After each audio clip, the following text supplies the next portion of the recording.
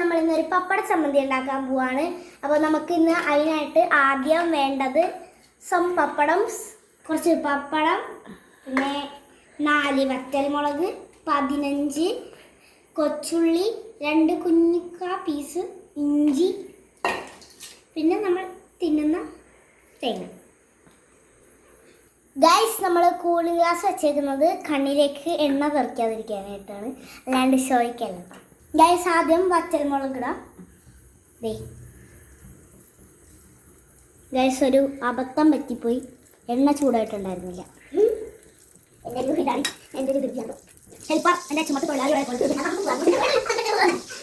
മുളക് ഒന്ന് പൊട്ടി വരുമ്പോൾ പൊട്ട ഉപ്പ, കുറച്ച് ഇഞ്ചി, ബാക്കിയുണ്ടായ 15 വെളുത്തുള്ളി,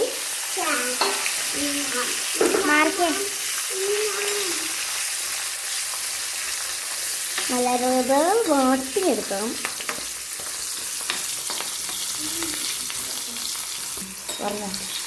നമ്മളിത് പരമാവധി നമുക്ക് സെറ്റായി വന്നിട്ടുണ്ട്. അപ്പോൾ നമുക്കിതിനെ കോരിയെടുക്കാം. കോരിയെടുക്കുമ്പോൾ ശ്രദ്ധിക്കാൻ നോക്കാം, കണ്ണിലാ മൂക്കിലൊക്കെ തെളിച്ച് നല്ല കൂടുതലാണ്. നമുക്കിനി കുറച്ച് നമ്മൾ ആ സോട്ട് ചെയ്ത് വെച്ചേക്കുന്ന സാധനങ്ങൾ ചേർത്ത് കൊടുക്കണം.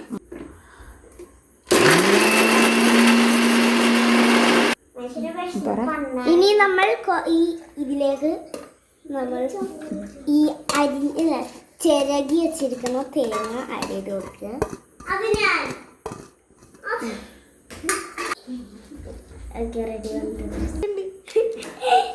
നമ്മുടെ ഏറ്റവും ലാസ്റ്റത്തെ മെയിൻ ഹൈലൈറ്റ് സാധനം ഇട്ട് കൊടുക്കാം. ഇട്ടോ